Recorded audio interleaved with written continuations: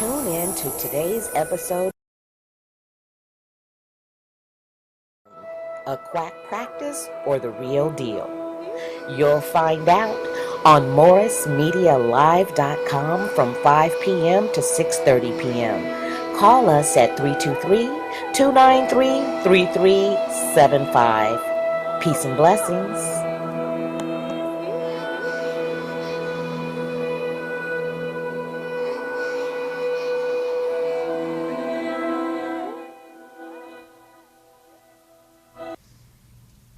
All right, and welcome to episode 7 of the Let's Be Whole show. We're so excited to be here today. Woo-hoo. Right. I am Cleopatra J, a.k.a. Nina Womack, and we have... Queen G, a.k.a. Shantae Gibson. Or the other way. Is it the other way? Flip it. Right. And we have... Monica Marsh, a.k.a. Sun, say unity now. Yes, and we have some wonderful, wonderful guests on the show. Mm-hmm. We have Bobby. Bobby, a.k.a. Bobby. Just Bob. Just Bob. Just Bob, who gives out free Starbucks cards. Yes. And also we have the wonderful Seven Dhar. Seven Dhar, multicultural poet. Right. So today's topic is energy healing. We are going to explore what that means and if it works and if it doesn't. And we invite you guys to call in and give some input about your experiences. Since I started the Let's Be Whole show, which is a holistic based show, I get to experience a lot of these holistic healing techniques that I personally believe that it's worked for me in the past, and that's all that counts. Exactly. It works. That's good. Works, right? That's Right. Exactly. So, so before we get into the energy healing, I just wanted to talk about some current events that are going on. This weekend, we had a very special moment, an event we went to, the Let's Be Whole team. And Sean, do you want to elaborate on that? Yes. We did a walk out in Watts. It was a Taste of Soul event. They had a lot of Watts. Taste of Watts. I'm sorry. I keep making. But basically, the community came together in Watts for peace. And we marched the streets of Watts, and we came together, different races, different people. I mean, it was amazing. Mm-hmm. It was amazing. Mm-hmm. And when you're on the street marching, you could feel the energy of like peace and people really fighting and striving to be better and do better. Mm-hmm. You can feel that out there. You know what I mean? We were all together, and it was like we did this peace chant, and I was going in. And see, I'm a big girl, so the fact that I was walking and wasn't getting tired, you understand? It was amazing. It was amazing. Yeah, this was the 13th annual Stop the Violence March. Awesome. This woman, Lydia, founded it. Her nephew and son were murdered in Watts due to gang violence. And so 13 years ago, she decided to take an initiative to stop the violence. And so now it's grown into a very big event with city support and so forth. And so one thing that we discovered in Watts by going down there and marching is there's a restaurant that was part sponsor of this event. They're called Locol, L-O-C-O-L, and it was founded by this pretty popular, pretty famous Korean chef who he has koji, those trucks, and the koji trucks, numerous ones. He's got restaurants all over the place. And so he decided to start a fast food, health-conscious restaurant in the heart of Watts. Fantastic. And he's empowering, he's giving people jobs there. The dishwasher alone gets, his starting pay is $29,000 a year. That's not too bad just to wash dishes. I'm gonna need that. I know you're going to need Well, it's amazing because they say that one person can't make a difference, or one small group. when in fact it's the only things that ever have. Oh, yeah. Exactly. So we interviewed him on camera, and we'll be posting it on the Let's Be Whole website. Nice. But it was just amazing, and I had the food. I had a veggie burger, and they don't do any sodas there. It's all fresh squeezed juice, and so that ice cream was amazing. Yeah, healthy ice cream, everything they make. I know. So so that was amazing. And then also this week we've been filming on location for the video portion of this show, and we stopped in this venue called Herbs of Mexico. It's a herbal store in East LA. And so we had a wonderful experience discovering all the herbs there and what was native to Mexico I for believe healing. They changed the name to Hierbas de Mexico. Hierbas? Oh, okay. Well, it's been there for 50 years, but I picked up Is he getting fancy again? He is. I picked up this bark that you can use as a tea, and it has healing powers. Don't ask me to pronounce it, but do you know? Can you pronounce it? Give it to 7. I know. Give it to 7. Tepechuhuite. See? It's a Nahuatl word. See, he did that. I would have spit all over the place. Tepechuhuite. Can you come back and pronounce all of our words? All these herbs as we get more into herbs. Wait, how do you say it again, Nina? Tepechuhuite. You got to have that little Tepechuhuite. With a little practice, you're going to be good. I was just testing you. And then also at the event, at the march, who knew, but it was a natural healer there. Her name is Christy Mendoza. She has a holistic healing place in Torrance. And so she was down there representing, and she gave me something I've never heard of called ear seeding. So it's acupuncture needles in your ear, and you have to keep it there for 3 to 5 days. So, I was going to say that would it's still in there? ear seeding. That would explain the tiny little plant coming out of your ear. It looks, Nina. I thought it was an earring. It looks a little sprouting swollen. wisdom. God, don't scare me. Those seeds are getting infected. Yeah, Your ears are that's kind awesome. of red, but That's great that you had that done. That's the earphones. Yeah, and then she said when you get stressed out, you're supposed to After like you see rub that's been on these. Affected. Yeah, and you just look so silly. You snap out of it. okay. I feel more relaxed. Okay, like you said, whatever works. So if I feel like these needles in my ear, it's keeping me But calmer. you know what? You've seemed relaxed since I've known you. All of what, 5 minutes? He's gonna bust you out right now. Like, I don't know if those things that are in your ears quite worked. Yeah. Like, But way to go. Nice job. right. But it's true that the foot and the ear, which is like a fetus, Okay. has the whole body corresponding to it. So you could stimulate the ear, and it's like a full body workout. Oh, okay. So yeah, that's part of energy healing. So yeah, the ear seeding. Seeds are the seeds of the Vaccaria plant. Give it to 7.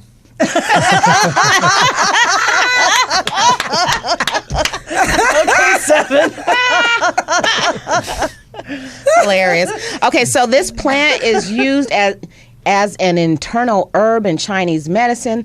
The seeds are attached with adhesive tape and stimulates points in the ear. So it says don't go past 5 days or it will make a hole in your ear. That's what it says. Nina, I don't know if you read that pamphlet. Wait, I'm just now seeing this for the first time. The hell? I got a hole in my ear. Hilarious. No, but I'm not keeping it past the 5 days. Oh, you can always put an earring in it. No, we want to see. No. Hey, I never got my ear pierced up there. So. Hey, now's the time. Keep it for 10 days. We want to see. If her earlobes are blue next week. I'm gonna have those big, the big, huge holes like the African people. I'm gonna have a big ear. Hey, you all. I'm looking good. Boy, do I feel relaxed. Funny. Okay, we're having way too much fun. No, but back to energy healing. Of which course, this well, is laughter. part. Yeah, this Yeah, laughter there you go. is part of energy Yes. healing. So yeah, it raises Yes. my energy for sure. Exactly. So we want to start. So yeah, we've been going through these acupuncture treatments and all these different treatments, and I just look forward to more to talk about shamanic healing, Reiki healing. So today, our co-host Monica, aka S.U.N, is a Reiki master. She's a Reiki practitioner, and then also Bobby is an intuitive and a medium, and he's a self-empowerment coach. And so we'll hear from him about self-empowerment and how to tap into our intuition. I really need to know how to tap into my intuition. Do you have first? You have to put these things on your ears, and then Oh gosh. And then Seven is a shamanic healer as well as a poet, a spoken word healer, and I also wrote a poem a few days ago, so I want to try it out. right. So anyway, let's start with Reiki healing. Can you tell us about that, son? Sure. Well, actually, I realized that Bobby's had Reiki attunements, and Seven Dhar has also been attuned to Reiki. So, Okay. so chime in, boys, anytime. But the way so how it started for me. okay, no, chime in. You back off. Yeah, don't give him that. Oh no, permission. don't give him the end. Don't give him I was the end. chiming in. Funny. Yeah. Well, the way I've been attuned to Reiki, I've done pranic healing, I've done theta healing, SRT, qigong, but what it all comes down to for me, it's just opening up to source, above and below, tapping into the earth, and feeling the energy. But I feel that I'm doing, I'm not healing anyone. I'm just sharing energy with you. So your cells and your body and your energy will remember its magnificence and its health. So it's a remembrance. We all have it, and we all can do it. And it's like when you're little and you fall down, you scrape your knee, and your mom just kind of strokes your head or something. It just soothes you. It just, even when you're sitting with a cat, it's sharing the energy, and it's and being aware of your energy and also finding out where stuck energy is in the body. Like you can feel it. And also, if you're making decisions, you can, that decision everything's in your inside. Everything's an inside job. So you just have to tune into yourself. But I like to use some bells and whistles because everything is energy. So I like to use crystals. You don't have to use anything because we have it all. Okay. It's all around us. And I think we've had other guests on that, we talk, it's just tapping into the oneness of everyone, the oneness of all the earthlings, of everything here on the planet and in the cosmos. When Askew was here, it's like, oh, he's getting galactic. I like that. Can I say this, son? I remember one day, it was probably a couple of weeks ago, I came in really depressed about some things personally that were going on, and she pulled me out in the hallway, pulled me aside, and she blessed me with like peace with her hands or something. Like, I don't know much about this stuff, y'all. I gotta say that. But whatever she did, it felt like I can feel the energy from her hands into my shoulders or something, and it kind of got me straight. Like, whatever that was, it got me straight. I don't know if that's the Reiki healing. Yeah, or... I think it goes by many names, but I remember seeing my father and his brothers when I was very young, and they would call in the Holy Spirit. And they called it laying of hands. Right. And so I think it's just, it goes by many names, but it is the Holy Spirit, it is the cosmos, it is Mother Nature, it is the energy all around us. Well, son, you remind me of something when you say grounding, because the local Native American tribe from this area is the Tongva. And if a person gets frightened, scared, we call that an asusto. That means that they're really shook with that. And the cure for it is to dig a hole and place them in there and place dirt for a literal grounding. Love it. Now think about it. Reiki is solar energy. Rei is the sun. The grounding then balances that because, feet on the ground, head in the sky, or head in the clouds. That's the real balance to be. So it's beautiful. We take that sun energy, but really ground it on this earth. Else That's we're what just we are. floating We're around. sunbeams. We're stardust. Absolutely. We're Yeah, we are. Yeah, we walking stars. What am I? What am I? We don't have time to Oh, goodness. go into that. Maybe show number 8. That bad, huh? That bad. Just a lot of explaining. I'll take that. I'll take that. Yeah, if you guys don't know, you can research it. The element of the human body is very identical to the element of the universe, the stardust. So that's where the theory we come from, the stars comes from, because we have the same elemental chemical makeup as the stars, as Star the universe. seeds. Star seeds. seeds. Yes, Yeah, yes, hillbillies yes, in space, flying through the air. Yeah, so does anybody have a background on Reiki? I mean, I would think that it first started as an Eastern or Oriental medicine practice. It's a Japanese Master Yusui. Actually, he was in the excuse me. He was in the Japanese army, and he started healing people just with energy, the soldiers. So he had a lot of practice, and so he started, small groups, and then it was always passed down from master to student. But I think it's gotten much more attention, and people are. It's much more accessible than it used to be, even 20 years ago.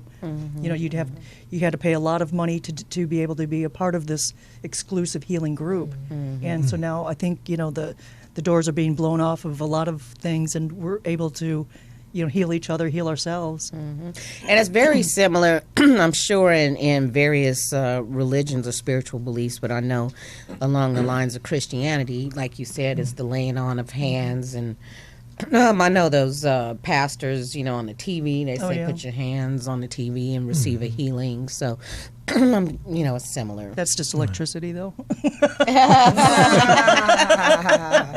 No, but it is all energy. So, you never know. So the idea is you put your hands out and you focus on. Well, what I do is I talk to the person first and find out, why are you here? Why have you come to me? And I'll get a little bit of their the story that what's bothering them, and then I just allow Source to work through me. And there is a certain positions that you lay hands on.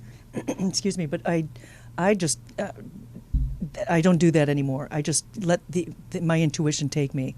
If it's put your hands on her knees, and then later I find out, I've got really bad knees. It's like, okay. That day for me, son, it was my shoulders. It was something you did where you touched my shoulders, and it's like it relaxed me or something after that. After the touch, I was more relaxed, and then my stiffness in my shoulders from the stress kind of like turned into, it was more soft and relaxed. That's all I know. Like I said, I don't know much about it, but it's whatever it is powerful, because that day it put me in a whole different mind state. And I just remember that because it was so amazing. Like I was in such a funk, and it was stress, and it was like she just touched my shoulders before the show, and it allowed me to be able to kind of relax and get more into the show and do what we had to do that day. Just me assisting you with energy to recalibrate yourself. And that's what you did. So when I was attuned, I was very concerned because I thought if I talk to someone and she says, my stomach hurts, and I apply Reiki energy to the stomach area, what if it's not the stomach? And he said, don't worry, this is an intelligent energy that will go where needed. Yes. So we are just clear channels bringing down that Reiki sun energy through our bodies, and it goes where it needs to go. Then I was so calm after that source or energy knows what to do, what's needed. Exactly. Interesting. That's interesting right there, yeah. Yeah, that's interesting. Well, it's like water. Water knows just where to go as it flows. Pour water down down the street or something, and it goes where it needs to go. Absolutely. So, energy like water. Mm-hmm. So, can you talk about the? So you said you put your hand out and towards the people. Well, you can put hands on, or other people will just work with your auric energy. So it's just personal preference. Some people like the hands on. When I get Reiki, I prefer hands on because it is that connection, and sometimes when I'm getting Reiki and when I'm doing Reiki, people will tell me that, I'll be touching their shoulders and they'll say, "Well, I thought you were down at my feet," things like that. So it's because it puts you in a really relaxed state, and it's very meditative. Mm-hmm. So I think you get a little meditation whether you like it or not. Is it possible once we come back from break, you could lead us in a small demo? Can you Sure, do that? yeah. Okay. I don't know how that's going to play on radio. Static energy by the reed. Start to the left of you over there. Start to the right. Okay, so yeah, we will not take a break right this second. Okay. But so yeah, let's go on and go through. Okay, well, as I said before, you don't have to really use any props or anything, but I do love crystals, and I know that they have energy, and the colors correlate with the different the chakras, and I have amethyst here, which is the crown chakra. And I love black tourmaline. Never needs to be cleaned. This is a grounder, and it's a protector, and it absorbs any negativity that's coming your way. I always make sure that I put when I do a Reiki session or a healing session, I'll put rocks underneath the table, and sometimes I'll put rocks right on the body, whatever they prefer. And then I always have to use the rose quartz. This is what I call a gateway, a gateway stone, because everyone loves because this is the love stone. Heart energy. Yeah, so if someone's like, "Oh, I'm not into stones and stuff," just give them a rose quartz gateway. She just bashes upside the head. Okay. How do you know? And I usually do a clearing before we start any energy healing, and I do a clearing with sage. I actually grow this, and I make a mist out of it if you can't burn. Yeah, I don't know if you guys know about sage, but this is a purification herb that is, I think the practice was started in the tribal regions, like in Africa and South America and so forth, Amazon. And you burn this, and it purifies the energy in the room, gets rid of any negative vibes and so forth. So the amazing thing about it is that it is in all the Native American healing concoctions, and it only comes from Southern California. So all the Indian tribes would come here to trade for it. That's how important it was. Wow. It smells really earthy. Yeah. What's your take on it, Seven? Can you elaborate on any more from what I said? What you would want to do is smudge with it. Normally what I would do, of course, Can you talk about what smudging is? Yeah, smudging is burning it in such a way that it spreads smoke. It's not burning on fire, but it's burning, smoldering. So it creates smoke, and I think there are spirits or energies that they don't like that, It's sort of like it's a positive force and sends negative away. So if you have a room that doesn't feel right, if you have a workspace, even if you had individuals that didn't feel right, if you bring that sage into it, and I think it works symbolically as well. You wouldn't need to actually be smoldering it at work, but if you just how do you light it without smoldering it? Well, if you dry it and bundle it, I was just curious. Yeah. You dry it and bundle it, and then you light it, and it'll light. And sometimes it'll get. If you look to the north, the whole city is being smudged at this time by some wildfires that have been doused. Yeah, but that's what I was asking. Right? How do you keep it from flaming like the fires? And it just smokes. Yeah. I'm sorry, I don't know anything about this, so I'm asking that's what specific questions. Other people don't either, so it's about learning. That's what the show is for. Oh yeah. Well, I wasn't going to burn some today, but get a little smoke in here real quick. Nobody's negative. So if it's really like a negative person, can you just throw this at him? Light it on fire and then throw it at him? And then I've been at some peace and love. Don't smolder it when you throw it. You have to little torch. You know, we think in our Western minds that way. I'm going to drive it out, but I don't think it's about driving out negative spirits. I think it's about inviting positive source energy in, and they don't jive with that. They don't like that, and sort of they go on their way. You know, we're not trying to harm any spirits, good or bad, or even to judge them, but just to bring that positive energy in. Exactly. And the smoke is, I come more from the Native American tradition, where the smoke is to symbolize it going up into the ethers. So, you know, take that energy and let it. So that's why smoke is good. You know, all the elements. That's why I wanted to represent most of the elements here. We've got earth, stone, fire, and then also I make a spray or mist out of the Salvia apiana, which is the sacred white sage. Oh. And then I put this one with infused with black tourmaline and quartz crystal. Wow. So then I'll spray this. You know, Have a depends. little squirt? Yeah, you can. There you go. Can I say this while you guys are squirting? To our listeners out there, don't take regular branches and go set them on fire. We're not saying that. No, I have to say that because some people be like, oh, they said I can take these branches. Because you have family right, members that like, you know. Yeah. They take you at face value. Yes. All they see is a branch and they go get something similar. No, please don't be out there setting our next wildfire. Yes. Yeah, I just wanted to put that out there. Yeah, well, that's why in the Native tradition they do use a shell normally, so it catches all the soot, and they'll use feathers. I use different feathers for different reasons. That's pretty.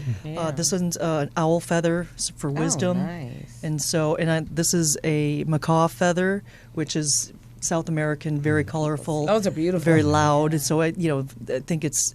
So it depends what you're coming for. So you just like lay this on. What do you do with the feather? With the feather, this is how I smudge somebody. The smoke will be smoking, and then I'll cleanse you this way. Oh wow! Okay. So and it's very ceremonial, and I think, you know, as I said before, you don't need any of this, but I kind of dig it. Me too. And as we have stated at the beginning of the show, that's all that matters. Yeah, exactly. Oh, thanks. Is it about time for a break yet? Or okay, so we got about 5 more minutes before we break. Also, we want to get into you, Seven, and your shamanic healing, but we have about 5 more minutes, and I would like to get more in depth. But can you just, what about doing a poem? A poem, all right. Can you do one of your poems? Well, I could do an Irish one or a Sanskrit one, as you like. I want to hear the Irish one, honestly. I've got an Irish one, but I don't know what kind of audience we have. It's a little naughty. I don't know if that's... My mother said to me, apropos of nothing, that I was part Irish, and I was very surprised. Oh, wow. So I thought, if I'm part Irish, I'd better write some Irish poetry, you know, really feel that. And what I had found out was that as a child, I was very interested in magic, but there was nowhere in Los Angeles I could find out anything about magic, except the library and only in the reference section. So I remember reading, if you're going to practice magic, it is essential you be able to enter trance at will. And there are 3 ways to do this: drums, drugs, or attempting to read Finnegan's Wake. And I thought to myself, who is Finnegan? And just what is a wake? So as she spoke and went through our genealogy, I wrote this poem. Okay. Siddhartha saw samsara end, revolving round, spin no more instead, but we pose to our old friend, come Finnegan, become again. What is awake? To raise the dead, then shimmy toss my own 2 cents, shake the spirit and rouse the breath. Come Finnegan, become again. Surely Shannon and Sheahem, like fiendish daughters of the fen, to pull thee from thy absorption then, pale in search of spirits in a pen, corked and screwed and waxed wick end, bitter as the grape gifts or grain. I say, I sing, I say again, come Finnegan, become again. Right the sight that seasoned stem, a mighty smite that smote the hand, overwrought the ringing strand, come Finnegan, become again. Murgatroyd's rock at sea and ink presses on lads whom it hurts to think, liberates the tongue as good as drink, come Finnegan, become Finnegan again. Now Finny was a faithful fen, Phineas with half a head, who blew the top to smith or rent. Come Finnegan, become again, wan wolves who wander, for crimson drink, retch and writhe by bane beside a splint. Hail men who haggle at haddock hint, then writhe and retch to get a stint. A Shropshire lad, a filly wink, bard of Avon, cauldron ingredient, a skinny Finny to feed the fink. Come Finnegan, become Finnegan again. Liam, Rhea, Ryan, and Rip around the cadaver swaying sit. Pat, Maria, Michael, and Mick slosh the carcass in the right Catholic rinse. Shillelagh, shake, shellac, shenanigans, sheet and shout, and shoot sharp shingles to shush 'em, and sheath and share by sheep and springs. Vin, fen, friend us again.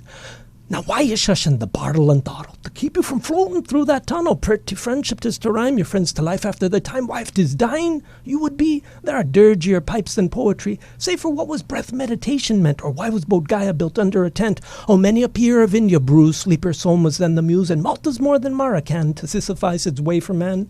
Neplis ultra, naiad and nymph, dryad, damsel of dark forest, minx.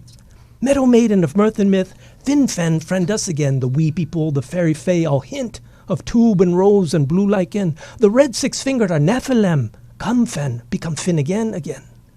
The oracle spoke, but Sumerian, like the Gilgan Manx on the Isle of Man. Divri Isle uber mensch da men, cried Mary, their little lamb. Gales, accursed Celts and Scots, gather round the seaside knell, why not? Aconites a purple hooded hemlock, Fin Fen, friend us again. Giller Gilly, he's a Gilligan, this weird old Willie won't will again. He's a handful, I tell you, it's truly him. Fin Fen, friend us again. Finny and the feather tribes, no men. Militia, the lower sky, Wiccan. Pagan till his mum, she cried, oh, Fen! Descend, Finnegan, descend. With the main to wick the do or switch, the messenger came through in Gaelic. Thy ivory isle uber dames damed dam. Fin Fen, friend us again.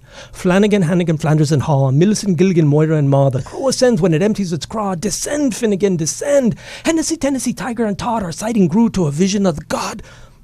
The winged agree, the odd are odd. Descend, Finnegan, descend. Heresy, terracy, tinkle and troll. Leave us looking petty and small. Emerald Isle for one and for all. Descend, Finnegan, descend. Lee, ree, rye, ring. Round the corpse sway, sing. Pat, Mare, Mike, Min. Push the Anglican from the swing and come, Finnegan. Become again. Whoa. That is. I love it. Sound like he was doing like a native language rap or something. You know what I mean? I was like, yeah. That was deep. If it induces trance, it can work. And you started to develop a bit of an Irish accent. I was mighty impressed with that. I know. I would have a hard time memorizing that. I was trying to see where you took a breath at. I couldn't see where you took a breath. It was no breath. It was just. It was straight out. With the help of the Fae, we breathe other airs. I by the sea. Obviously. Okay, all right, you guys. So we have to take a break. We've got a wonderful song, Egyptian hip hop. You guys, All right. yeah, a fusion of Egyptian music and hip hop.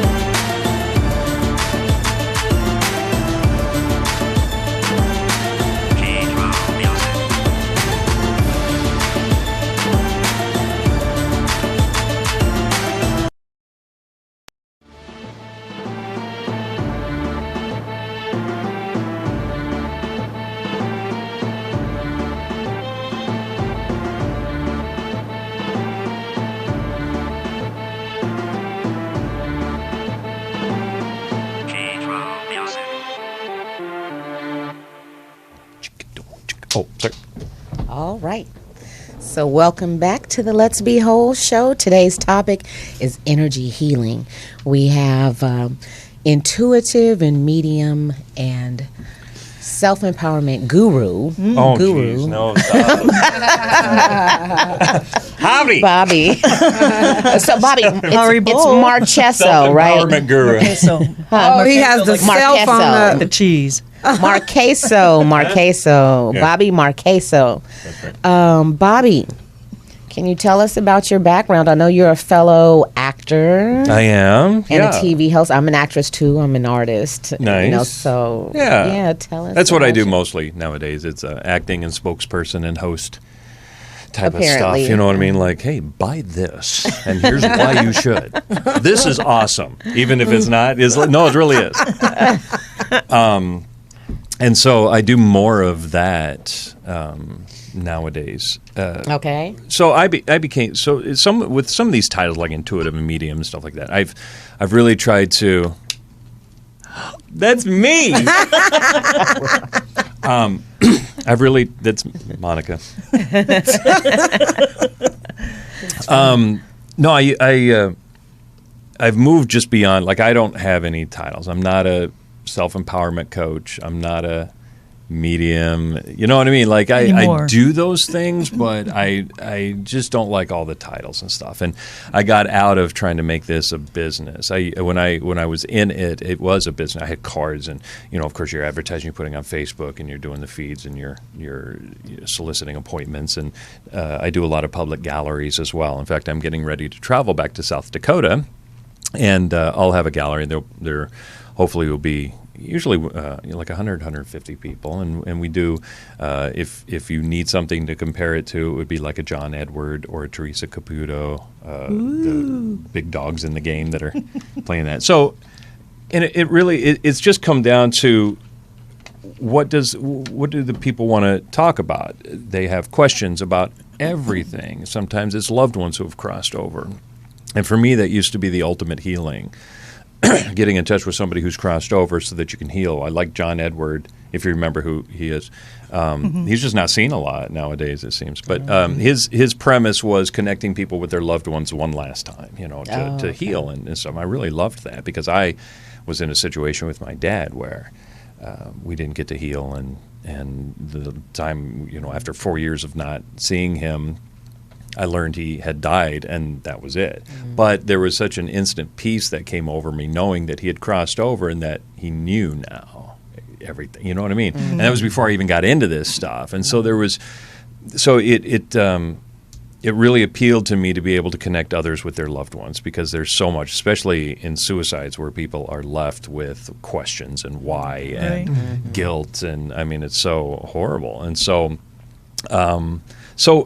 when I was starting out, yes, I was a psychic medium, and I was putting that out there, but I was never comfortable with the labels because it also gets a really bad connotation, I think, anymore. You tell people, you get along with them, and then all of a sudden they say, "Oh, what do you do?" And I'm like, "I'm a psychic," and they're like, Even for John Edwards. right. And so I've really stopped doing that. It's a matter of now. It's kind of like what Monica touched on when we were talking about the Reiki. It's a matter of touching on you're there in the energy. People come to you. We need help. We need answers, or you need to be shown a way to get those answers. I always found that was a better way. There's a parable that says if you can give a man a fish and he's good and he's satisfied, but if you teach him how to fish, right, then he's satisfied for a lifetime. Yeah. And unfortunately, so many people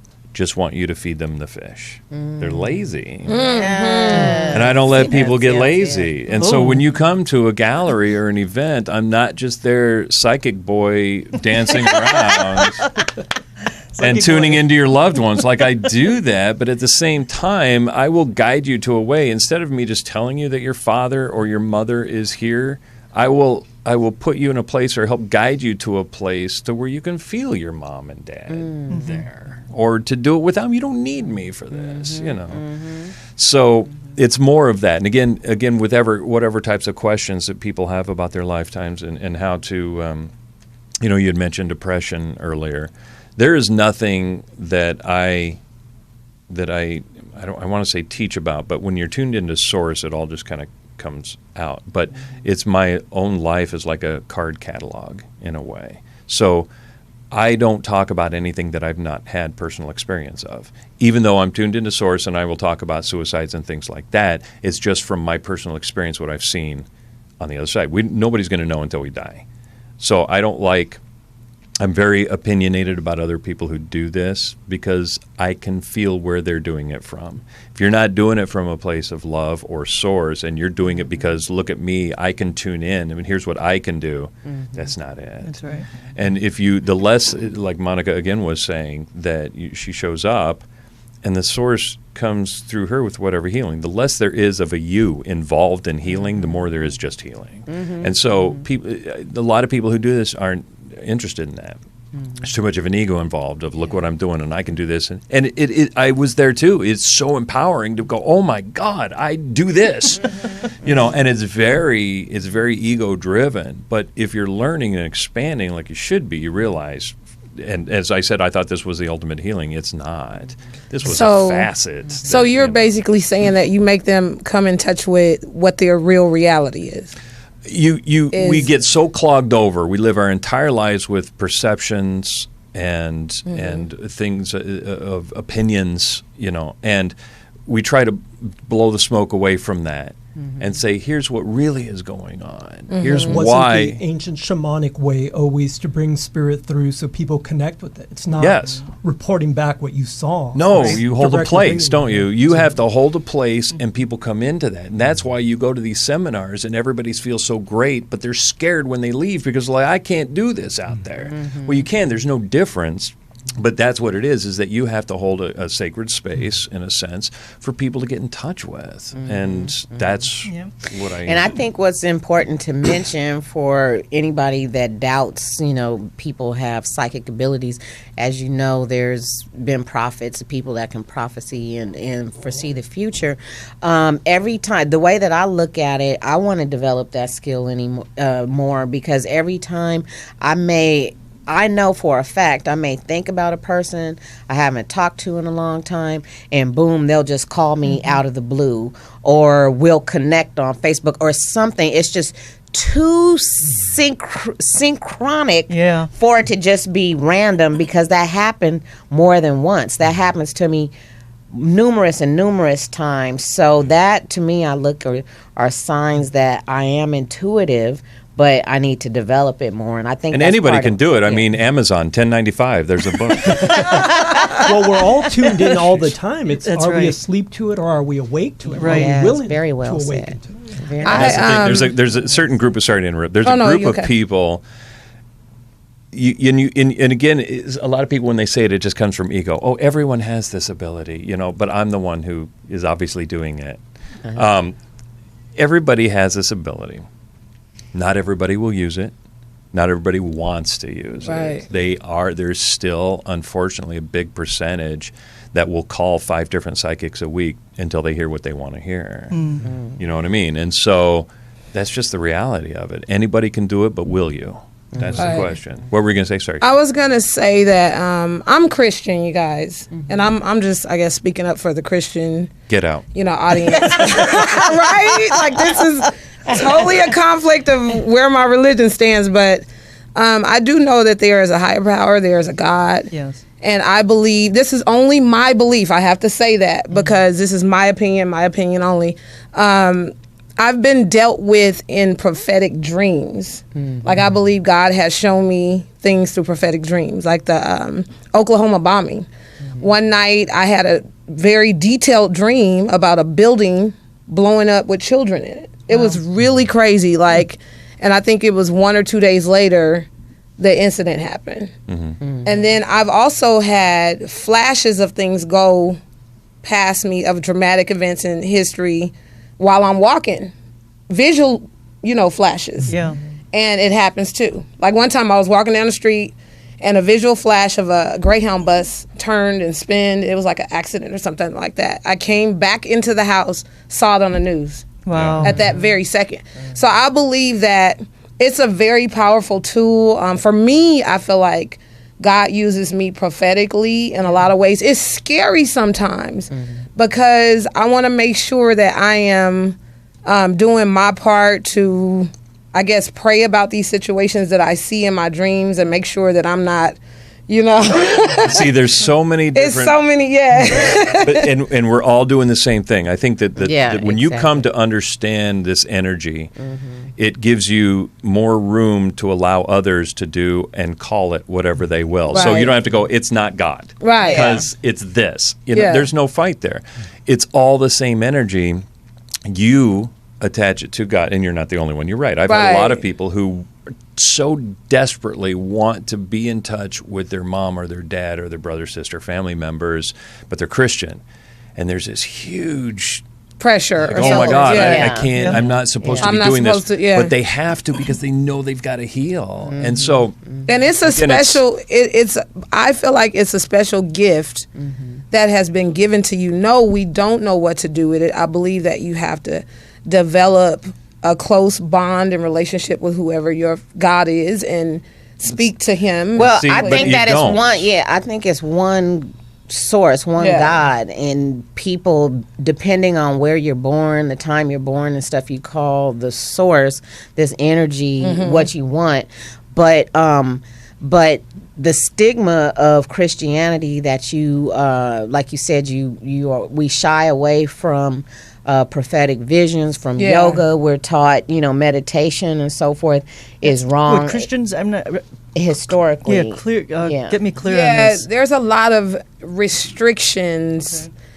I mean, even as far as like they don't believe in like seeing a psychic. It's working for the devil. In Christianity, I do know that just from what I've been taught in Christianity is that it's supposed to be wrong, and you're not supposed to participate in that.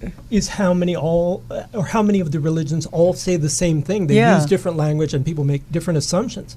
But what is the number one sin in Christianity? Pride. Yes. In another tradition, we would call it ego. Ego gets in the way. That's right. If we want to be a clear channel for prophecy, we would get the ego out of the way, right? Sin doesn't mean a bad thing. Sin means missing the mark, right? So when you understand it, I'm missing the mark when I have my ego in place in such a way that I can't channel the energy, the prophecy, the vision God is giving me, or that source is giving me, or that the universe. I mean, if you think of God as all of us in participation in relationship with one another, how's that any different?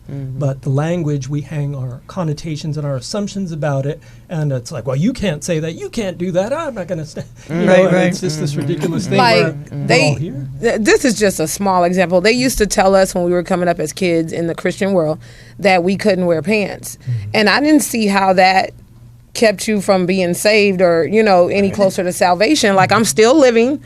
I would wear pants outside of the church. I wouldn't go do it in the church.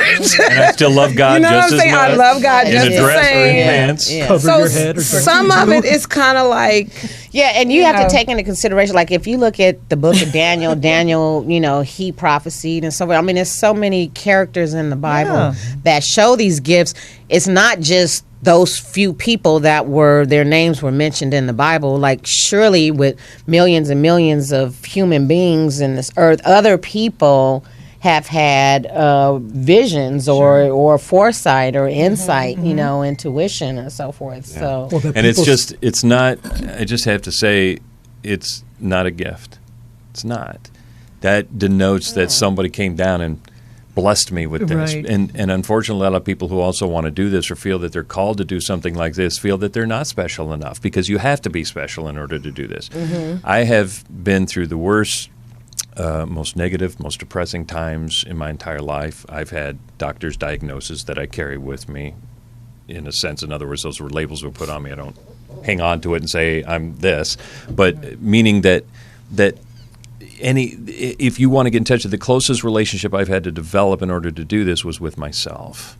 And then what happens is the closer you are to develop the relationship with yourself, that is in tune with source, God, energy, angels, however, whoever you want to put it on. That's what gets you. It's all here, Yeah. which opens that up. So there's not a secret to being psychic or anything like that. It's special, and I joke 1095 at Amazon, but there's nothing secret to that. It's coming to being still, forgiving yourself, forgiving others. You're going to have every single day. I tell you, I go through negativity and my other mental stuff every single day. Well, I like that you make that distinction, that it's not a gift. I think of it as an unfolding. Yeah. The chakras, the 1,000-petal chakra on top of our head is like a flower, and when you bow before an altar, you're laying a flower there. So what is the potential for each of us to open up, to become more human? If we're created by God, did God create something that couldn't unfold to something greater? No, obviously it would have been that creation. If we're created by some other beings or something, they want us to actualize ourselves, to really grow and spread. And nobody would say, oh, now this one's special, because no, we're human. Human is human. If I'm able to do it, you're able to do it. Maybe to different degrees. We're not here for the first time on the planet, so people come back. And that was an amazing concept that he just laid out. Yeah, man. Yeah. Well, I don't think it's a gift either. I think it's our birthright.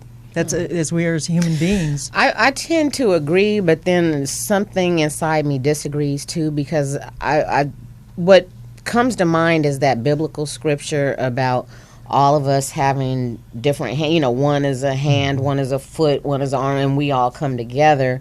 The same thing, like, I would love to be able to sing. I wish I could blow like Patti LaBelle, but I do not. I'm not even close, and I don't know with the years of singing lessons if I'll ever get there. But you could. You have to have the passion to it for it. If you're inspired and passionate enough. Look how she looked like she looked at him like she was gonna cut him with the ears. Like, what? Me? With the ears. Let me rub on my ears.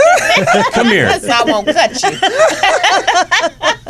No, you're obviously inspired and passionate, but you're inspired and passionate with so many other things that are driving you. Right. Again, singers, what is that the same thing? And I'm just naming it. Like, is that the same passion and inspiration that Adele has? No.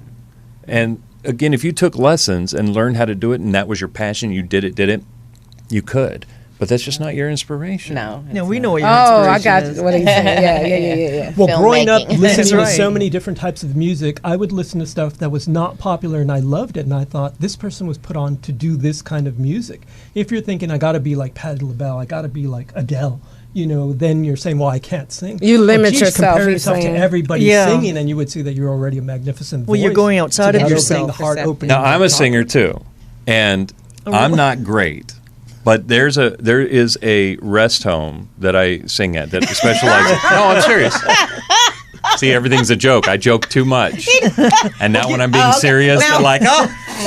Well, give us a little something. No, the thing is, so there's an old folks home that specializes in Alzheimer's and dementia, and I go up there and I sing Frank Sinatra and stuff, and you can see even the most person who's so much out of it, they're always tapping their foot or they're snapping their fingers or they're kind of mindlessly singing along. You give them And it's joy so by healing. way of your So that's voice. passion, isn't it? And so I don't have to be Adele. This is my point. This is my energy right here that is going to them, that's coming back to me. It's all in of us sharing that. You know what I mean? So that's a passion and inspiration. And you don't have to be Patti LaBelle. Okay, thanks for sharing. She's like, okay, wait till break. She got that smile like, oh, yeah. Oh, boy. So anyway, that's my take.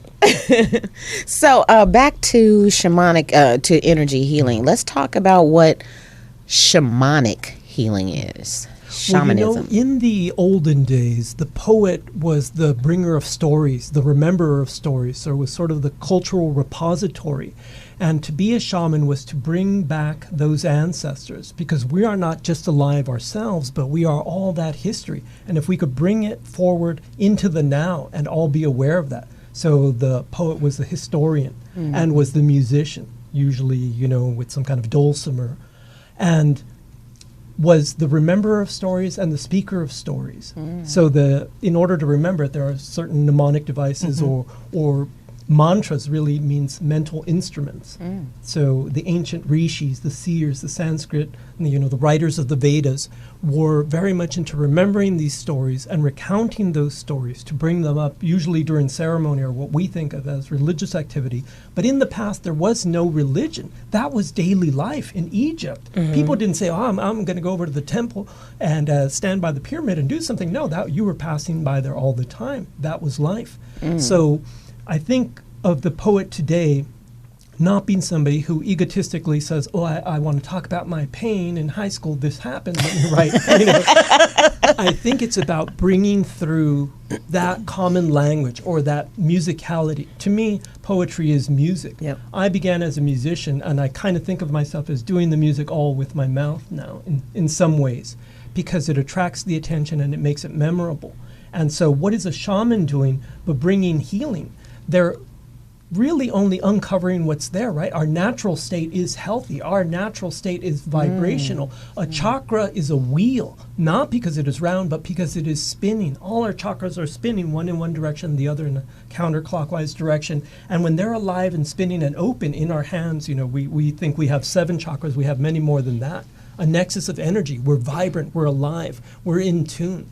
When a rapper is in flow state, as modern psychologists would say, what is happening, right? That person is alive to the audience. If the audience is feeding the rapper is feeding back, and they think, this guy's great. But does the audience know the audience is great too? If I'm sitting in a little closet room trying to read this, maybe it doesn't flow. But when I got 4 vibrant people looking at me, you're bringing something to that. You feed off of the energy. Well, it becomes Are you familiar with chakras? No, not at all. Yeah. So that's what I thought. That's what I'm looking at him, but I know you can. What is she doing here? I know what I heard earlier from Seven. That was a flow of some sort, and it just sounded really good. Well, it becomes a current. I see Right, it becomes it a was like- current. No, but chakras, and you guys please chime in, but chakras, from my understanding, are energy centers that we have in our bodies, because the world, if you don't know, works on energy. Energy, we're all matter and energy, so there's certain energy centers. So this one right here at the top of the head is called the crown chakra, and the colors represent your healing. I mean your energy vibration. centers, your vibration. So purple is for the crown chakra. Ooh. Purple. Purple streaks. Well, actually, the crown chakra is up here, and that's almost a brilliant, blinding white. White, that's the right. Agni chakra is here, and that's purple. Or the color of those amethyst stones. That it has that vibration. Color and sound are just frequencies. So it has a frequency, it has a sound, it has a sacred bija mantra or seed mantra associated with it. Here, the most popular one, Om, right? That's the sound that one is making, but here it is yum. So Here it is colors hum. have. Yeah, you have the Colors, colors of the sound. rainbow. Wow. Yeah, red, yellow. Okay. Your, That's why certain heart. songs move you as much as they do, because it's just sound, isn't it? When you take away all the words, it really is just sound and Yeah, vibration. the feeling, like a Patti LaBelle that you get when you listen to her. And color, I mean, just like we look all around and we see all these different various colors and stuff, it's the same thing it's invisible, right? But there's like different colors. So Sure. the heart is, what color is that? Green. Green chakra is the heart. So when you want to send loving, say if you want to send love to people or love to yourself, or if you feel like you have a heart problem, you can envision this heart area as being green and send some healing energy to this green Well, center. a perfect example is when you went to the park the other day. You were in nature. What do you see when you're in nature? What Green. color All are the- Green, trees? yeah, What color is the green. grass? Color is the sky. So, if you're feeling low, go to a golf course. You see a lot of green. Green. Well, I find it fascinating that in the Catholic tradition, they really focus on the Immaculate Heart of Jesus in this area. Right. But in the traditional Christianity from Ethiopia, Israel, and those things, they do the nimbus, the halo. That person is illuminated. The manuscript is illuminated. Right, so they're talking about color, they're talking about vibration. Yeah, you know that white halo subtle. around. Yeah. Well, you've got one. Oh, really? White halo. Halo. Well, it's blue. That's right. Oh, those are her headphones. Oh, I'm sorry. That's the lamp in back of you. Sorry, my fault. My mistake. I don't know if you can see me out there at Television World. The Buddha had an aura that extended 6 feet. from his body with rays of these colors, so that we're talking that vibration was aware. People were aware of it. I'm sure if Jesus were here, if another sacred master, if the real shaman were there, you would see some phenomena, and it's not for nothing. It's not even being projected. It just comes out of the body. That's our potential. Yeah. Well, it's the Speaking aura. of color, do you know that me, Nina, and Son have on occasions come here in the same exact color? Wow. And didn't even 'Cause you're on the have same a conversation. vibration, same Yeah, frequency. like today. Look at our colors. Me and Son have on. We got this the right colors. turquoise. Awesome. We're going to take another break, but before we do, and then we'll get back with us using energy healing through the power of the spoken word. So we're going to talk about that. But I just want to make a few announcements. You guys, please tune in to the Let's Be Whole show. We have a YouTube page.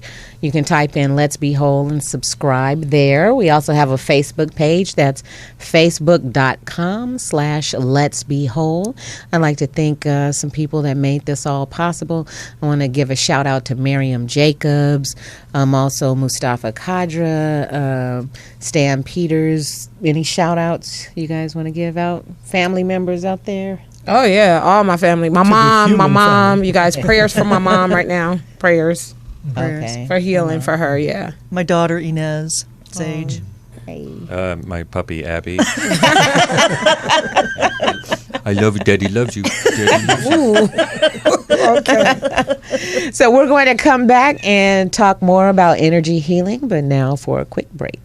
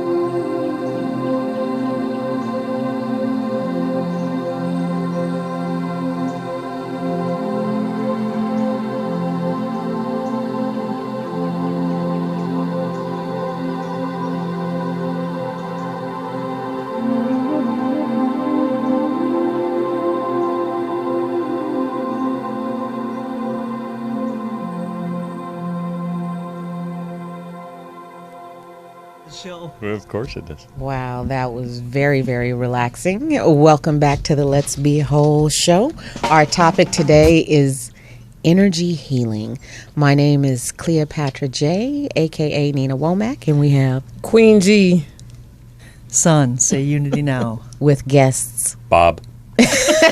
Seven Dhar. and Seven Dhar. Great, great, great. So yeah, what is this here?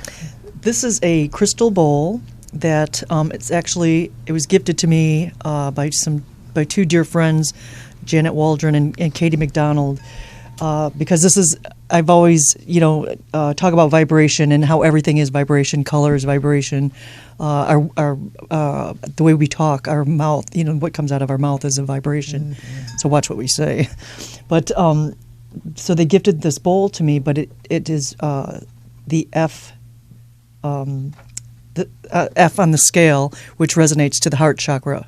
So this would be a healing vibration for the heart. So when she hits that, you focus on that green, the picture of the green in your heart. Mm-hmm. Yeah. And do you want me to give a little gong? Let's give a demonstration. Okay. Woohoo. And poetess, let me know if the sound level's getting a little crazy in there. She needs room.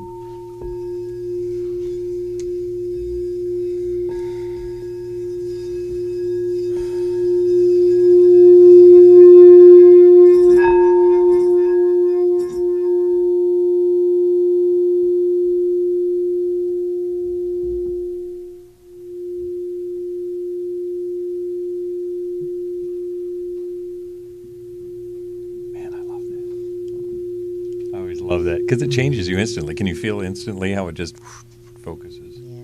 I think the body naturally attunes to which is in the environment. Definitely. See, that's what I've found, again, with some of the things. One of the things I've been diagnosed with is Tourette's and ADHD. And it's really, your brain is just out of frequency in some senses. This, when you do that, your brain also automatically, your whole body and your brain physically go to this type of tone, which is a healing tone, and it's been known to really calm down severe ADHD, some of the autistic children, things like that. Mm-hmm. It's just brought them into sync. Everything's just brought back into sync, and they have less symptoms too. So it's and really I think because we're so conditioned to get out of sync, with all our gadgets, we've got that vibration coming at us, televisions, all the electronics, and so I think we need to find a way back to our center. Mm-hmm. Mm-hmm. I agree. Nice. I agree. So, can you talk about? We want to get more into your intuitive ability. Oh, you do you? You didn't know that? Oh, no, I see what you did there. Should have seen his face over here. Yeah. Sure. What do you want to talk about? Can you do a reading? Well, yeah. Can we just put I you on the guess. spot? I won't. I don't want to. Probably not for you guys. Okay. No. I mean, what do you? Because I said we do demonstrations. Oh, here yeah. Too. So I'm saying, can you do? Sometimes like I just find doing it live on the air with the host sometimes is not a good idea because you know what I mean. Like it depends on how much you want to open up to everybody. Okay, how then much do is 7. out there? I know. 7 we don't even want to get into. Sounds like we're all a little too complicated here to He may tap not into. want everybody to know that he was a pole dancer in his previous lifetime. He doesn't want people knowing that. Stop. Funny. No, so I mean, you don't have callers in. You don't have people who call in, or no? Do we have any callers? Any callers? Yeah, no. 323. I'm just a guy who's 293 3375. 3375. If somebody wants to call in, I'd be more than happy. You guys want to call in? Somebody call in 323-293-3375. Get a read. So Bobby can and give you a reading. I would be more than happy to if either one of you want to call me too after the show. Oh, okay. Or you know what I mean, like. Sure. Can people reach you? Yeah. Through you. I mean, I was just going to give you my cell phone number, but you can't. I'm on Facebook. How about that? Okay. People can reach me on Facebook. Like I say, I just don't advertise all this. You know what I mean? So, but yeah, I'm on Facebook, Bobby Marchesso. My last name is Marchesso, and I'm based out of Los Angeles, Hollywood, Pasadena. area. So that's who I am if you find me there on Facebook. And I guess you can get a hold of me through there if you need some help. But like I say, otherwise, if I'm planning trips or something like that, it's when I do this the most. Or I teach a class that Monica comes to and is a part of. What's the name of the class? What is it? It's, I don't know. We haven't named it. See, you're asking all this stuff. It's not, again, so these were about, it started off with about 5 women who would come in, and we were all just teaching about law of attraction and how to release and how to let go and how to move forward. Well, they never wanted to leave, and so it's been almost 2 years now, and we meet when we can every month or so. I mean, new people are sometimes welcome to come in, but you know, if there was a need for a separate class for that, then of course we'd put one together and if there's enough interest, if there's enough interest and people get a hold of you here on the show, maybe we could put a little. Well, what are you talking about? What's the subject? What we're talking about right now. It's just just what we're talking about now, and then again, people who want different answers to whatever. Mm-hmm. If you want to know more about how to empower yourself, like some people just get to such a point where, you know, I'm depressed every day and now I'm just tired of it now. So what do I need to do to get out, right? So a lot of this is kind of like an AA meeting where I've discovered that instead of me walking in and enabling people and saying, yeah, here's the psychic answers and I'm tuning into source and here's what it is for you. That's what I was talking about. There has to be a participation. Angels love it when you participate. They don't come down and grab you out of situations. They come down and stand with you and hold your hand through situations. And so when we get together, you have to work. It's, again, AA, when you're standing up and you have to say, here's my name, here's the problem I have, how do I move forward?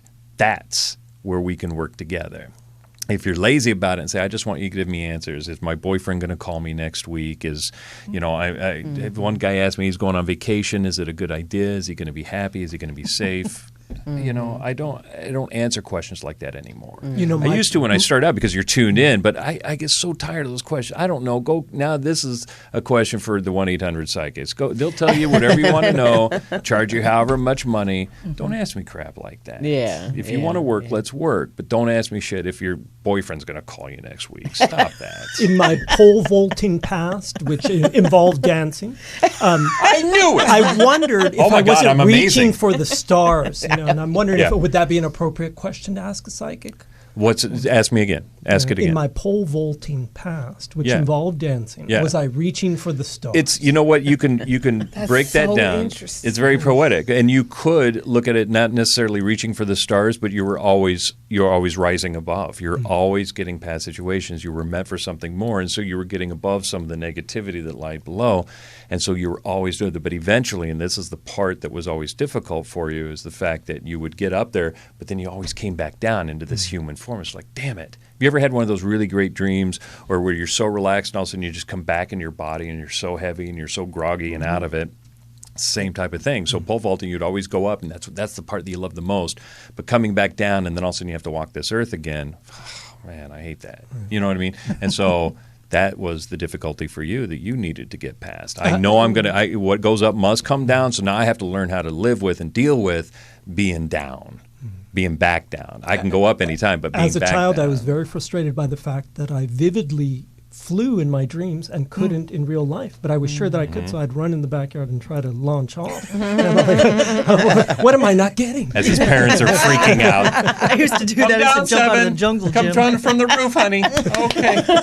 Douglas Adams says that there is a way to fly. All you have to do is throw yourself at the earth and miss. Throw yourself at that. So easy. Hey, quick question, Bobby. With people that want to get in contact with their loved ones, is it safe to say that we all have lost loved ones or ancestors that are looking over us and following? It is safe to say that, and that's the thing. It's just not real popular to go into a bunch of group of people and say your loved ones are all with you. There really aren't any problems. Everybody's okay. Take care. Because they're like, oh well, there's $150 I'll never see again. Great. So our loved ones are always around. When people ask me, do they miss me? And I always have to be I'm very honest too. I'm a very honest. Because like you were saying, I'm reaching for the stars. And it's like, that's very romantic, but that's not it. You know what I mean? Like I don't want to feed into this romance. You can carry that with you after you leave here. But here's the way I look at it. And so when I talk about loved ones being around you, no, they don't miss you. Because they're here. Tourette's is like. They hear us, you know what I mean? And they're right here and see us and things like that. We only miss them because it's out of sight, out of mind. That's why if you can also teach somebody, here's what it feels like when your loved one touches you, right there in the middle, you know, or your shoulder stuff, or they're showing me, have you ever felt that on the back of your head? That's them. And, you know, different what it feels like when they're hugging you. And Goosebumps. so you teach people that, and they're like, oh, I felt that, but I didn't know that was them. We don't know it's them until somebody says. Do you see what I mean? And so then they can correlate. Next time they feel something, they can start to trust. There's that long path of being able to, am I making this up? Or, you know what I mean? And so, but that starts them down the path of being able to trust that when I feel this, that's them. Yeah. Exactly. I have come to believe that we are visited by our deceased. My mother passed away last year in January, and one of the favorite insects or anything that my mother was crazy about since I was born was butterflies. She had this fascination for butterflies. She had butterfly jewelry, clothes, shirts, everything. So I haven't noticed any butterflies. I haven't seen butterflies in such a long time out here in Los Angeles. And when my mother passed away in January, the 17th, like literally a week later, as soon as I walked out of my house, this butterfly flew right to me and started fluttering. And here's how you know. You trust me. You trust Monica. Bringing me on the show. I must have something, right? Some ability, some capability of doing this type of thing. But if I said to you, that's really sweet, again, the romance of it, but that's not it. And you're nodding and you're like, okay. And you may think about that. But later you're going to go home or you're going to be talking and you go, you know what? I know he said that, but I still feel that was it. That is it. You don't need Psychic Boy telling you. You know that's your mom. And just to go back to backing that up, of course that was her. I can, tuning into that, that's exactly, and because she was so limited in her mobility when she was here. A butterfly is also a perfect representation for what she gets to do now and just fly and be free, right? It could have been anything. Could have been an insect crawling on the ground. And your mom is sassy enough where she's like, no crawling. I am flying. Caterpillar on earth, butterfly in heaven. Transformation. That's what Wow. butterflies represent, transformation. Wow. There's some heavy stuff today. Definitely, yeah. Makes you wish you drank, huh? Man, I know. let me have some of this. That's actually the secret to my power. This is not water. Now, Seven, let's talk about using the power of spoken word to heal. I have a piece since you asked about that. What is Okay. the shaman? What is the poet? And Okay, I think this great. piece answers it. Okay. It's called The Naias Says. The role of a writer is not to say what we can all say, but what we are unable to say. Homie, Homer, hold me? You could never be a writer, let alone a poet. What do you know? I mean, what Iliad, what Odyssey? You with the dunce cap hid in your knapsack, you've got to be able to recite the histories, use poesy and prosody, exquisite soliloquies of the great heroes, expose of oracles. Pithy, like Pythia, on python vapors, concentrating in caverns until the future resolves in stark relief. Troubadours travel, give the news, Delphi, Athens, Troy, every Hellenized place. That's where minstrels go, that's where they live. Your constitution can't travel, can't sing, can't reveal, and you never will. You can never be a writer. Nor can you strum a sitar, tease a dulcimer, a lute, grab a guitar like the feminine form with its twisted roots, strung hairs, fine neck, serpentine curves, gentle opening, and enormous void. Listeners have it easy, but poets know. Memorizers, reciters, who recount the tragic tales, a dense catalog of endless imperial wars. Poets must find a muse to amuse. The fates are such that the Morai may guide you, but you alone must take the leap, and though all the words excite you, alone a poet must plumb the deep, Mediterranean, Aegean, rough Adriatic Sea, dire straits to exotic isles. The poet must make them cry and care, yet shrug off tragedy. The poet must stab and stare and cut incisively. The poet must turn memories into song and keep alive the candle so civilization will live on. It's the plight of Persephone and Hades, of Achilles under Ares, of Hestia and ever-patient Penelope. Tales told by Sophocles and Euripides all marked mythology. What do you know about that?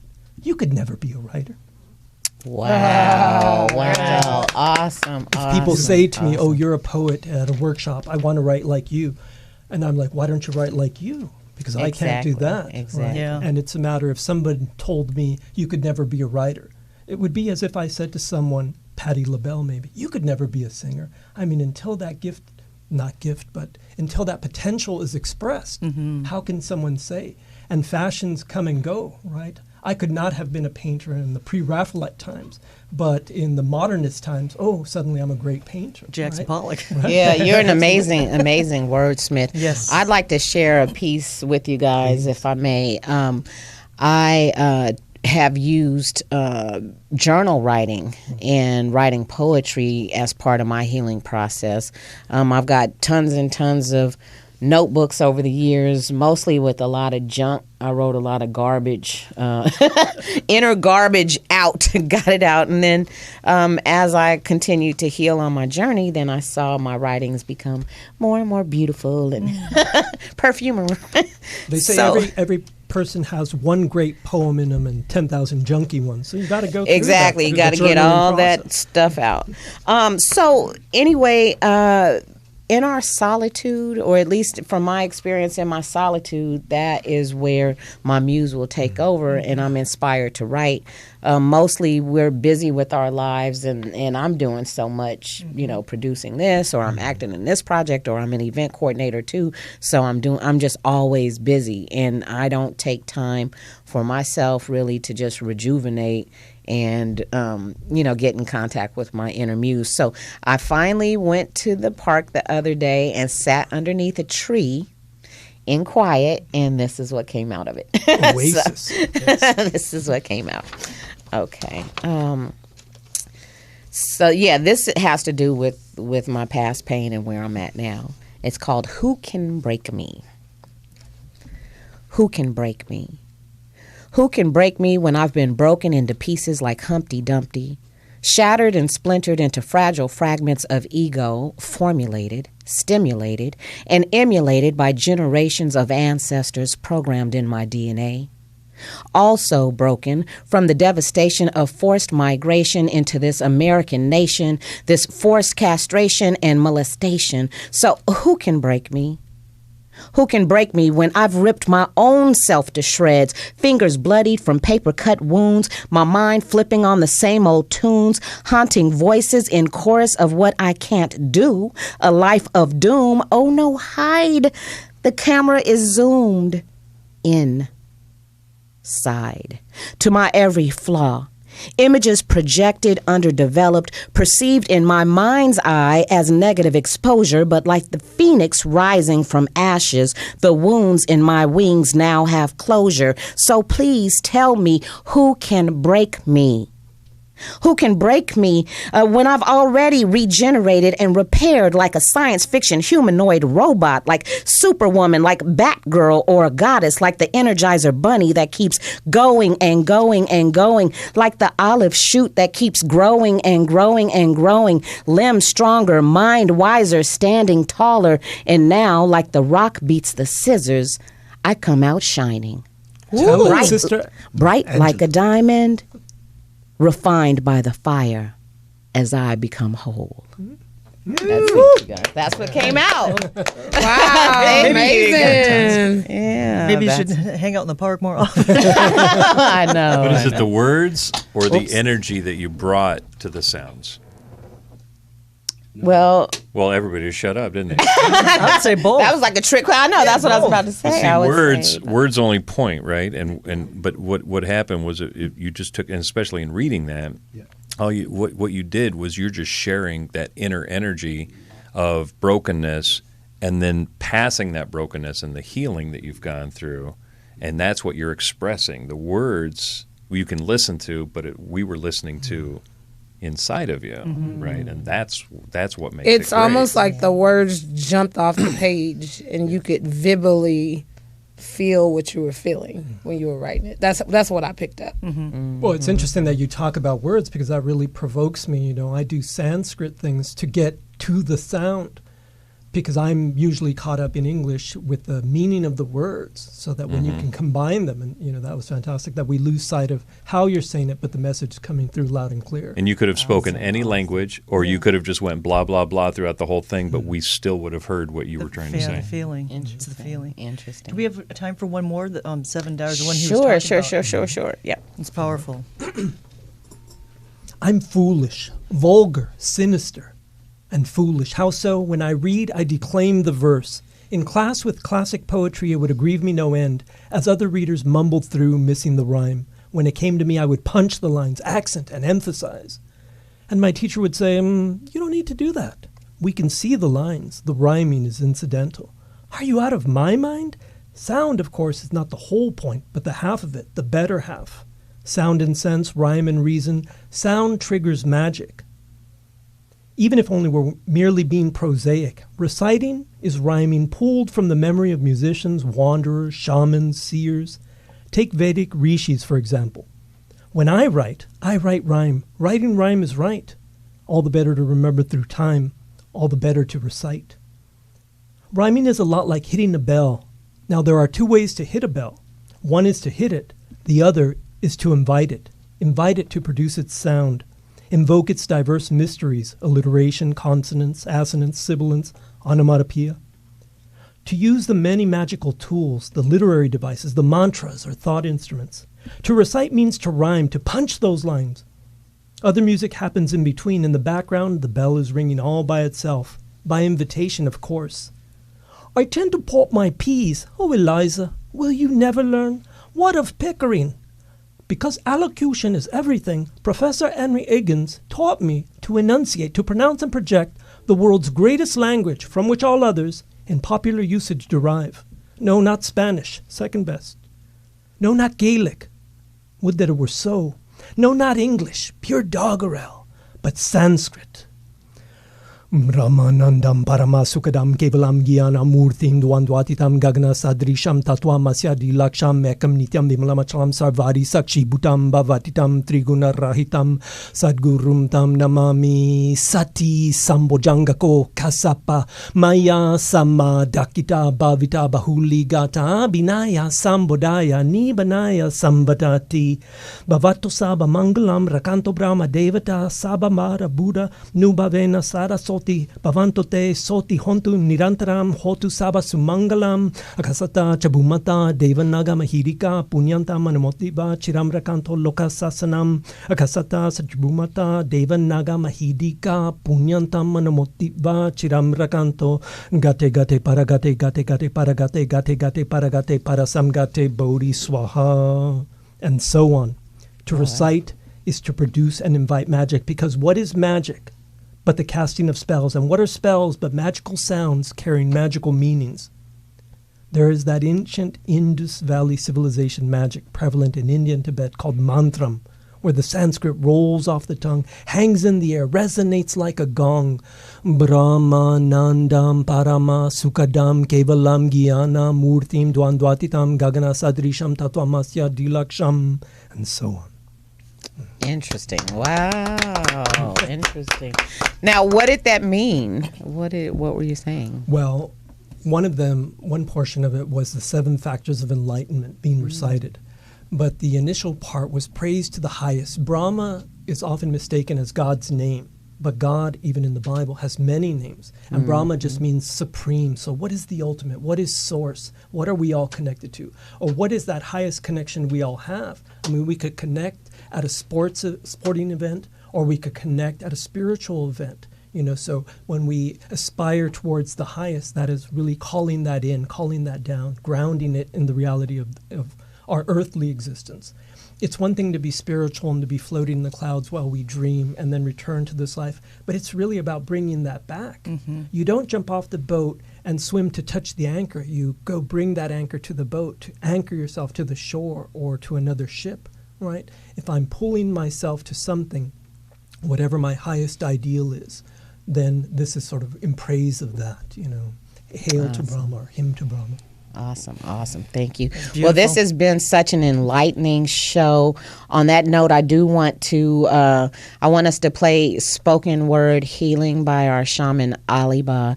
And let's thank our guest, Bobby. Oh, Seven, can you tell them where they can find you? Yeah, you can find me at Seven Dhar. WordPress.com. I have a book, and these come from my book, Under the Influence of Classic Poetry, and I play all around town. I'll next be actually out of town at the New York Poetry Festival, but I'm also performing in Los Angeles at there's the Pasadena Library is having an event, so at the Catalina branch. Okay. And Awesome. Bobby, any last words? No, thanks for having me on. I'm going to follow that. No. And we wanted to go off into Alibaba's spoken word. There we go. Peace out until next time. Stay shining. Show. Yes, that's it. That's right.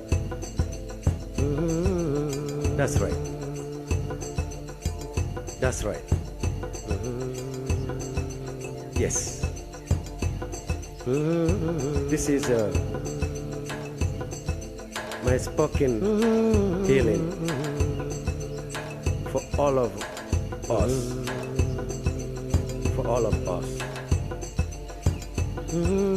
Welcome to my spoken healing. My spoken healing is from our ancestors. Long time ago, our ancestors, ancestors give us the gift. They give us medicine. Everybody's stuck down the road, include inside the heart. Don't be blocked. Go back to inside your heart. Look your history. Look your gift. Your gift is always there from ancestor and ancestor.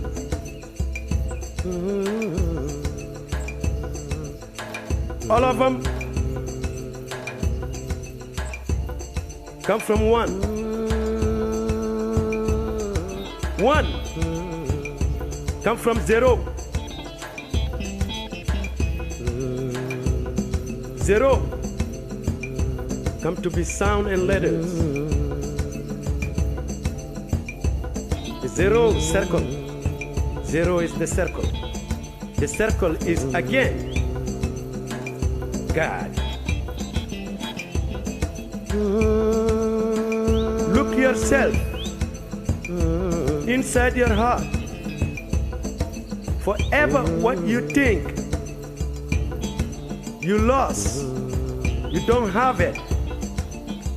You do have it. We are in life journey and the life. Go back to the ancestor. Inside your heart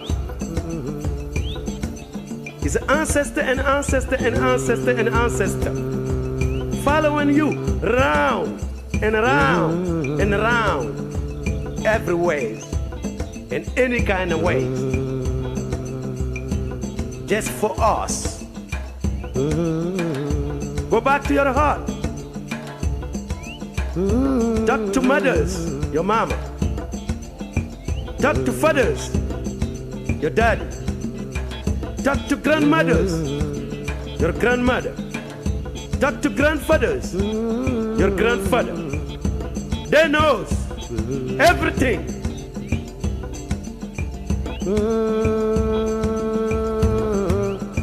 Welcome to life journey. Welcome to my spoken healing.